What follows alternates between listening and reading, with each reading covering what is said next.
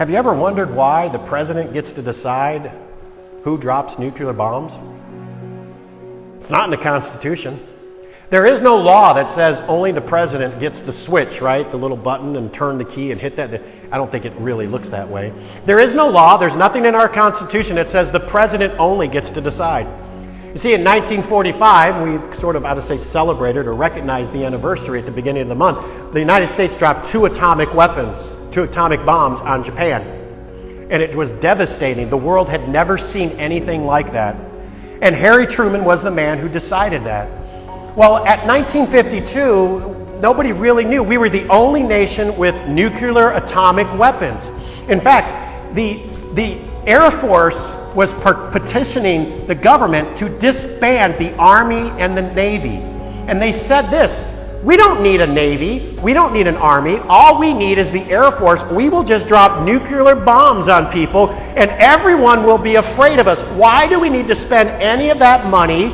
Just let us use it. In fact, Truman and MacArthur argued over this topic because he wanted to use nuclear weapons against China during the Korean conflict. And he said the same thing. Why does the president get to decide that? Imagine if a general or any random general had the opportunity to drop a nuclear weapon in the middle of a battle. It might save the battle, but what would have the consequences been? The only reason a president gets to decide is President Eisenhower, because he became president in 1952, and the question was still up for debate. Who gets to decide whether to do it? The only person who could have made this choice was General Eisenhower, the man who organized and led the D-Day campaign. He was a hero. He was recognized. He was respected. And when Eisenhower became president, he said this: only the president gets to decide when and where to use nuclear weapons. And everyone went, okay. That's it.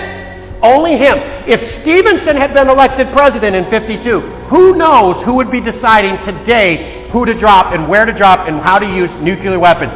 It was because this man, with his ability, his skill, his reputation, and his past experience, is why we are where we're at today. I believe that God put, and it's my opinion, that God put General Eisenhower in that time and in that place for many reasons, but for that reason and that reason alone. Who knows where we would be if Eisenhower hadn't have been elected president in 1952. He and he alone made the choice that we all live under today, that only the president gets to decide when to use a nuclear weapon. You've never thought about it before, have you? There is no law. There is no amendment to the Constitution. There is nothing written down. It is only because this man was made president. See, you have been put in a time and place for a reason. God has put you in a situation where your heart is broken. You are devastated because of what someone else has done. You are brokenhearted today because of the actions of a child, of a spouse, or a parent. You are pleading with God for God to change them and to make their choices better. And you are having to live with these choices of another person. But God is sovereign.